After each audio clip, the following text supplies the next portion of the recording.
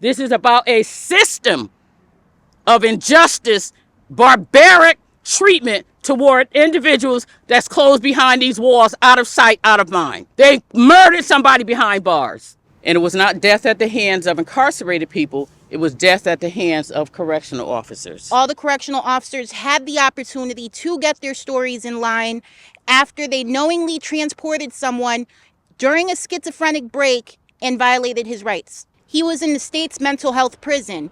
Garner is our medical prison. Therefore, they should have been specially trained for that as well. And we are here demanding that the video be released. The family has asked for it to be released. They want the whole state of Connecticut and probably the whole world to see exactly how people are treated behind bars when the doors are shut tight and nobody is around, and where people cover up everything, including death. If one of you right now would take me in a room and tell me to strip down and get on my knees and expose my buttocks, that's sexual assault. And you would be prosecuted criminally. But when the government does it, it's not a crime.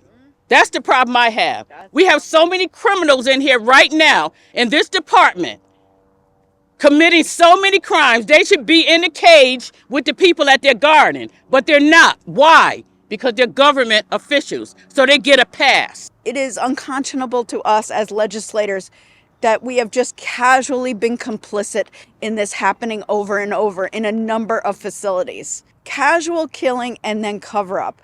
This is a pervasive pattern. There are lawsuits that are being won against our own Department of Corrections. And the only thing that has changed the lens is these videos. And that is why we are demanding that they be released to the public, because we need to understand what is happening on our watch. We passed the PROTECT Act. It's not being enforced. And we really need to think about why we have normalized a professional complicity. So where's the accountability from the commissioner and all his administrative staff, his wardens, his nurses, his other correctional officers who say they want to do the right thing? Where's the accountability? Where are they to stand up and say what happened to Mr. Jones and so many other people behind DOC? His life mattered. My son, Robbie Talbot, matters. He mattered. He was killed by DOC staff. As a Christian woman, I want to forgive these people, but they will not take accountability.